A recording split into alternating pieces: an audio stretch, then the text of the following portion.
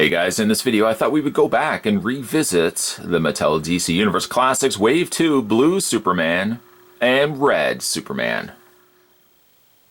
I originally did the review on these around December of 2009. Let's get some measurements going for the figures themselves. We pretty much can establish that both figures are exactly the same, so I'm really only going to do the measurements on one of them. Superman Red, and thereby Superman Blue, stands a little over 6 inches tall. They were also from the DC Universe Classics Wave 2, which actually is one of the strongest, in my own opinion, one of the strongest DC Universe waves that Mattel originally released. It was also the wave that featured the Firestorm that we've looked at, and also featured the Build Grodd, which was actually one of my least favorite Build-A-Figures from the Universe line. Let's look at some accessories. You'll probably see that the Blue Superman only has one of these. I can't figure out where I've put the other one. But they would have both come with these little electricity constructs, which are actually so popular that Mattel still uses them today. They've used them for, well, some of the recent ones. They used it for Zoom from the multiverse. I think it was Killer Shark. I think it was Killer Shark Wave. But yeah, we've seen these before. They're just a kind of a pliable rubber. Every time I look at these, they remind me of fruit roll-ups. It's like a strawberry fruit roll-up, and I guess what would that be? Like a blue raspberry fruit roll-up. They are exactly the same pieces. There's nothing different between either of them. The idea is they're supposed to clip onto the arms. Now, I'm no science expert, but one thing about rubber or soft plastic is it will warp, and it warps to the point now where it barely sits on their arms. Red Superman's being the worst. It has gone so stretched over the course of time that just putting on his arm, it falls right off. This other one seems to do a somewhat okay job of staying on his arm, but they don't stay well at all. One of the other things that came with both the figures, and we're going to look at this one here, I'll take this off, is that they also have the same sort of electricity attached to their backs. Now, it plugged into the same place where the capes for a lot of figures would have also gone. You can't remove this, which is unfortunately one of the things I really wish that you could have actually done, because as much as I think the electricity looks decent enough on the figures, I kind of like the fact of being able to remove it as well. An interesting thing about these two is that the electricity is pegged into place with a Superman S emblem peg, which is kind of neat. Hopefully the camera can pick that up. Yes, of the two figures, not really one of the more popular design choices for the Man of Steel. The blue and then red Superman came really at a time where Superman was being reimagined, and this is basically the end result. Despite that, despite what hate these two design characters have gotten, surprisingly enough, maybe not so much the red Superman, but the blue Superman still stands to this day as one of my top, I would even say top 5 favorite DC Universe figures in my entire collection, and therefore was also the reasoning why he still has stayed in my collection to this day. It's an interesting choice, that could be said, for the design elements of the Energy Superman. Again, he's just a stored up amount of energy that creates basically this, and then spawned itself to Red Superman.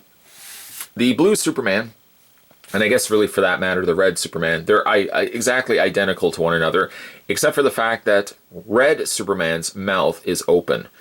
Other than that, like, the face sculpts are probably, well, they're somewhat identical, other than, again, just the mouths being completely, slightly sculpted differently. I don't know if I would say I really enjoy the red as much as I like the blue. The blue with the white does so good of a job here on Blue Energy Superman. The red, again, seems like an afterthought for me. This is the figure I love. This figure, if I was to lose one figure, I would hopefully, and not want to wish this on myself, but I would be fine, I think, if I lost the red Superman, but as long as I still kept Blue Superman. The coloring is pretty good on him. Again, the face sculpt is decent too. He's kind of got that enclosed cowl mask, kind of side cowl, kind of like Firestorm in that regard. The Energy Superman S, don't know why it reminds me of the electricity gremlin from Gremlins. I don't know why. But the S is a much more looser design, if you want to call it that. It's kind of like just a real kind of zigzag look to it. And he's got all this cool electricity kind of deco running down the arms. The paint's on par with what you would expect from a universe. Some of it clean in areas, other areas somewhat disappointing. You can see like areas here, it looks like there's no real definitive cutoff of a line, basically outlining that there's that point of white. Here you can just see it's been airbrushed in, but there's really no precise indication there. As well as there's just this imperfection running down the leg. Now, that would not be on, of course, all the Blue Superman figures, but again, it could just potentially be mine. And I've got a little bit of like slight imperfections here. That's the downside of having white on top of a figure. Generally white somehow just doesn't get applied very well. Yellow also is a real culprit when it comes to quality control. As you can see right here on the front, the airbrushing, again, just really haphazardly done. This particular Superman really makes use of, I would say, just like the core build figure. Like there's really not much that's been sculpted on top of him other than just a brand new head and of course adding the electricity on the back. Everything else is your bare bones, standard issued DC Universe body. Of course, they've then released other additional waves where you used so much thinner builds, but I mean, this was the go-to for a lot of the Universe bodies. So there is DC Universe Classics Wave 2 Blue Superman. The Red Superman we can spend efforts to still look at. I mean, he's not really that much different than the Blue Superman other than making use of a different color. Not quite a red either. It actually comes across more like an orangey red. And he's got a more pink colored face. Slightly one imperfection.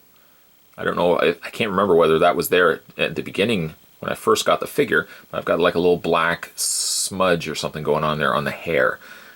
Again, over the course of time, one does go back and realizes that the figures aren't as good as maybe they initially started with. Red Superman again. Got some weird, strange, like splotch of white there. It's like somebody went in there with a whiteout, said, oh geez, we missed a spot, and just went in there with a brush and painted it in. I don't know, it's a strange place just to have this obscure patch of white. Again, like the outlining is a little cleaner on the back of Red Superman. Still making use of that Superman emblem pegging in the electricity. It's a little low cleaner, as you can see on the back. Cleaner again on the side, but the white isn't really the most pristine.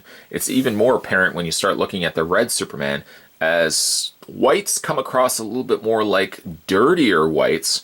It's not, again, the bright, pristine white that I would hope. I can't tell you whether that was just over the course of packing these away, because both of these really have been sitting in totes for years now, since basically I first reviewed these guys back in 2009. That's a long time to store away figures. Luckily, over the course of that time, joints on both the figures have held up very well. And again, if I had to choose one figure to, unfortunately, take the torture of having looser limbs, I would actually give it to Red Superman, and being Blue Superman more a fan of. I'm glad actually that his joints would have still stayed relatively tight. This one leg gets a little on the looser side. This other leg's actually not so bad. Let's run it through his posability. I'll do basically Blue Superman. And I guess you can pretty much assume that it's going to be for Red as well.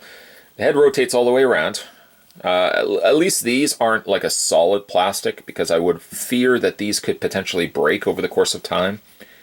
The arms hinge outward, as well as a all the way rotation. And again, because these are rubber, the arms move completely freely, not restricted at all. You can rotate them all the way around. He has a rotation in the bicep, a hinge on the elbow, and a rotation in the hand. Got your standard torso crunch, that's apparent here as well on Blue and Red. A waist swivel, forward and back motion on the legs, a split out, a swivel on the thigh, a hinge on the knee, and you guessed it, a hinge on the foot. There you have Blue and Red Superman. I guess you would say Blue and Red Supermen. Again, great looking figures. coming at a time when Superman was just kind of all over the place. Superheroes go through those periods of time where new artists, new designers come in and they think, hey, you know what? Let's reinvent the wheel. Superman, I don't think is a character necessarily that has to have a wheel reinvented, but nonetheless, reinventing of the wheel created these two spawns. Again, like a dark, dark time in Superman's history. I don't think blue and red Superman will be probably revered as, you know, a highlight, a top defining moment in the Man of Steel's career. But there's something about these two particular figures, more so the blue than the red, that, gosh darn it, I still really, really like these figures. Blue Superman will still remain as one of my top 5 favorite DC Universe figures. You may or may not agree. You may think, hey, you know what? I don't really know what this guy's talking about. But they are still one of, this guy, more importantly, favorite figures of all time. Today we were throwbacking, a throwback, a revisit, if you will, of the Mattel DC Universe Wave 2, which actually happened to be, as well, the Gorilla Grodd Wave. We're looking at blue and red, blue raspberry and cherry, respectively. We're looking at the Energy Superman. If you guys like this video, certainly hit it with a like. Let me know down below if you ever had a chance to have this guy or these two in your collection. And ask yourself this, and therefore then reply down below. Do you still have these figures? Do you have them on display? Are they buried away in totes? It's kind of fun to go through totes from time to time. Find like old figures that you used to have when you were younger. Regale in the memories that come attached with that. But let me know down below if you still have these figures in your collection. If you haven't had a chance to subscribe to this channel, what are you waiting for? Hit that little subscribe button down below. You're good to go. And you won't miss a beat when it comes to future videos and revisits as we go back to some of the older figures that I have in my collection. As always, guys, thanks for watching. See you next time.